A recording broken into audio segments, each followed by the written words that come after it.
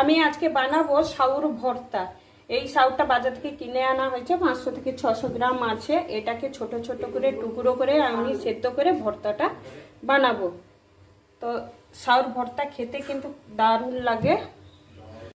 সাউটা কেটে আমি সেদ্ধ করে নিয়েছি নুন হলুদ দিয়ে। এবার আমি মশলাটা ভেজে নেবো, নিয়ে পেস্ট করব সাউর মশলাটা।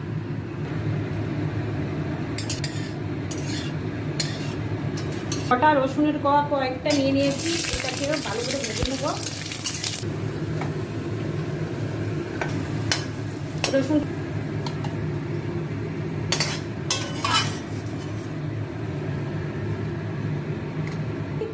কালো সর্ষে দিচ্ছি 2 চামচ,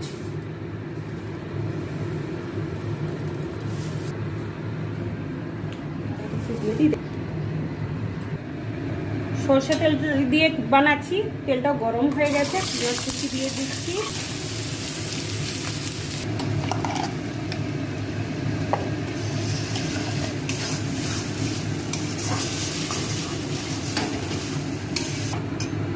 হয়ে গেছে আমার সাউর ভর্তা, এবার আমি নামিয়ে নিচ্ছি।